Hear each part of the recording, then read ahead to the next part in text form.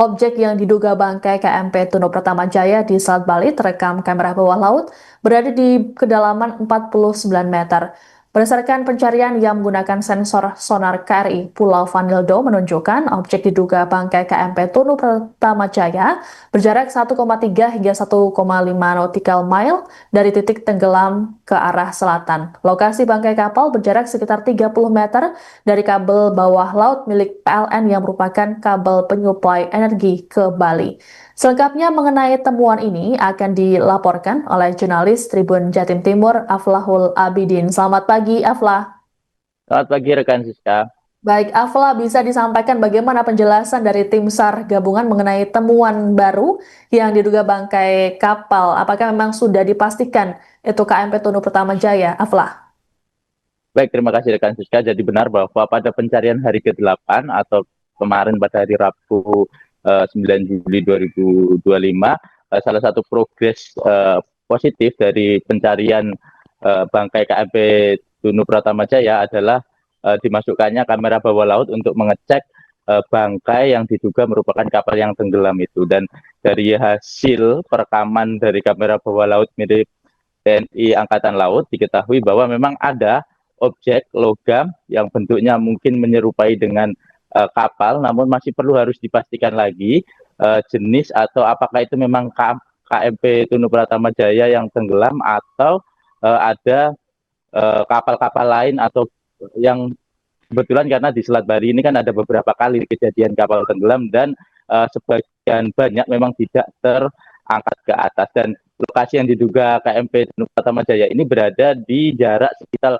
1,3 sampai 1,5 nautical mile dari lokasi kapal tenggelam, dan ini adalah objek yang baru dibanding temuan sebelumnya pada hari kedua atau hari ketiga itu lokasi temuan kapal justru berada di area utara lokasi tenggelam. Dan bisa saya jelaskan bahwa lokasi kapal tenggelam ini berada di kedalaman sekitar 49 meter dari atas permukaan air laut, yang artinya cukup sulit untuk dijangkau dengan pencitraan termasuk dengan kamera bawah laut. Bahkan pada kamera bawah laut yang diturunkan oleh TNI Angkatan Laut, kamera tersebut hanya mampu bertahan di kedalaman sekitar 35 meter, sehingga untuk menuju ke titik kapal, kamera tersebut akhirnya terbawa arus dan hilang. Yang beruntungnya rekaman atau citraan dari hasil perekaman kamera bisa didapati oleh tim SAR gabungan. Hasil dari pemetaan selama ini, hasil dari rekaman yang ada di kamera, juga hasil dari sensor sonor yang dimiliki oleh beberapa KRI yang diterjunkan, ini masih akan diinput lagi, masih akan diolah lagi untuk memastikan dan memberi kepastian bahwa memang objek logam besar yang diduga KMP Tunu Pratama Jaya itu memang merupakan kapal yang tenggelam pada minggu lalu itu. Begitu rekan Siska. Baik, lalu apa upaya selanjutnya yang dilakukan oleh tim SAR gabungan terkait dengan temuan ini? Apakah sudah ada rencana untuk pengangkatan atau mungkin penyelaman untuk memastikan? Baik rekan Siska, jadi memang karena lokasinya berada di kedalaman 49 meter, sebenarnya proses penyelaman memungkinkan untuk dilakukan, namun hanya saja karena lokasi bangkai kapal ini berada di jarak sekitar 30 meter saja dari kabel bawah laut milik PLN yang memberi suplai daya ke Bali. Pihak PLN akhirnya belum merekomendasikan atau tidak merekomendasikan diadakannya penyelaman di bawah laut ke lokasi bangkai kapal, karena ada kebahayaan, ada risiko-risiko yang harus ditanggung jika apabila proses penyelaman dilakukan di lokasi tersebut. Mengingat tegangan yang ada pada suplai kabel bawah laut ini juga cukup besar. Setidaknya kami menghitung kemarin ada sekitar 4 kabel bawah laut yang berada di perairan Selat Bali yang lokasinya berdekatan dengan kapal yang tenggelam ini, dan jikalau ada gangguan terhadap salah satu dari kabel bawah laut ini, risiko untuk berkurangnya suplai menuju ke Bali bisa cukup signifikan. Begitu Siska. Baik, lalu berdasarkan aturan yang ada, operasi pencarian yang ditetapkan adalah seminggu dan saat ini operasi pencarian SAR dari KMP Tunu Pratama Jaya sudah memasuki hari ke-7 pada tanggal 8 lalu. Lalu berapa lamakah perpanjangan yang dilakukan oleh tim SAR gabungan, Aflah? Baik, sampai hari ini jadi memang proses pencarian masih terus berlangsung. Pada kemarin pada hari ke-7 atau hari terakhir pencarian, tim SAR gabungan memutuskan untuk memperpanjang masa pencarian selama 3 hari atas dasar kemanusiaan dan atas perintah dari Basarnas Pusat, sehingga memang proses pencarian ini akan dilanjut. Terkait sampai kapan, kami juga belum bisa memastikan karena pihak Basarnas menyebut bahwa proses pencarian masih bisa berlangsung hingga beberapa waktu ke depan dengan metode perpanjangan lagi, termasuk melihat dari progres apa yang didapat oleh tim SAR gabungan terkait pencarian akan bangkai kapal maupun korban-korban yang diduga tenggelam dan meninggal di Selat Bali atas tragedi KMP Tunuk Pratama Jaya ini. Begitu, Siska. Baik, sejauh ini sudah berapa jenazah korban yang ditemukan dan juga berapa yang sudah teridentifikasi, Aflah? Baik, jadi memang jika di total jumlah korban KMP Tunuk Pratama Jaya yang telah terdata dalam sistem dalam proses pencarian ini ada sekitar 43 orang, 30 diantaranya korban selamat yang dievakuasi pada hari pertama proses pencarian dan mereka pada saat itu juga telah dipulangkan ke kediaman masing-masing.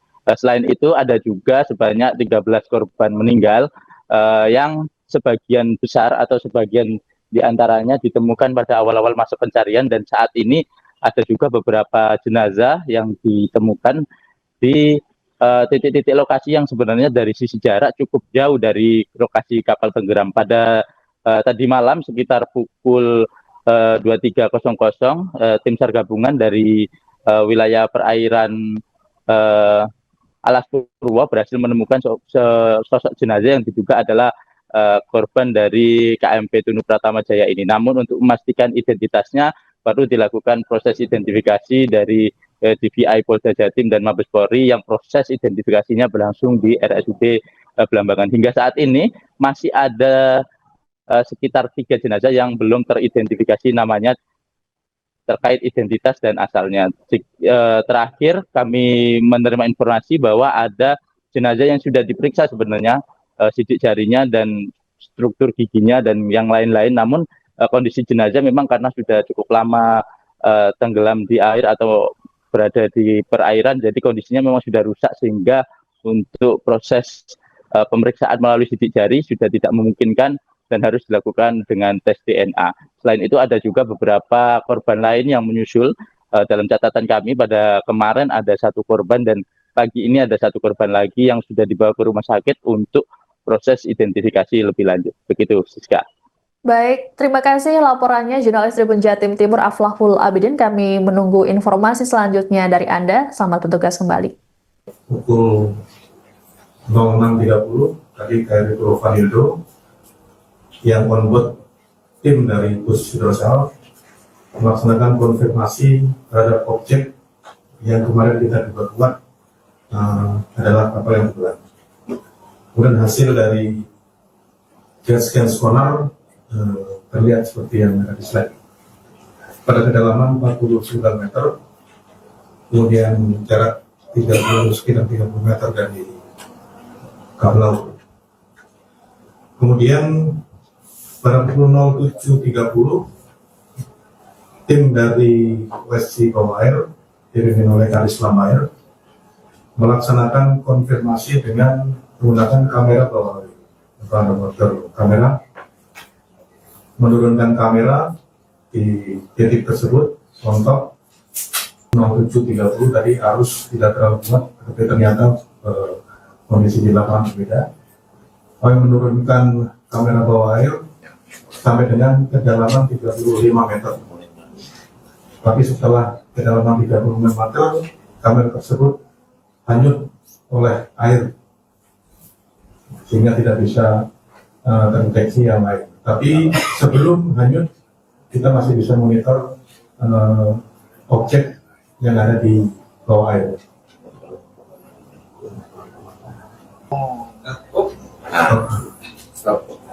Yang gambar objek bawah air pada kedalaman 48 sampai 49 meter. Dengan kondisi yang seperti terlihat di kamera atau di slide. Kemudian pada siang hari jam 14.00 TNI AL yang kemarin sudah disampaikan akan mengirimkan KRI 3 tambahan dari Pusat Resal hari ini jam 14.00 sudah berada di lokasi dan langsung melaksanakan pemilihan bawah air, sehingga pada siang hari ini kita sudah ketambahan satu lagi dari KRI 3 dari Pusat Resal yang harapannya besok pagi akan lebih memperjelas ataupun memperkuat posisi kapal yang ada di objek bawah. Download Tribun X sekarang, menghadirkan lokal menjadi Indonesia.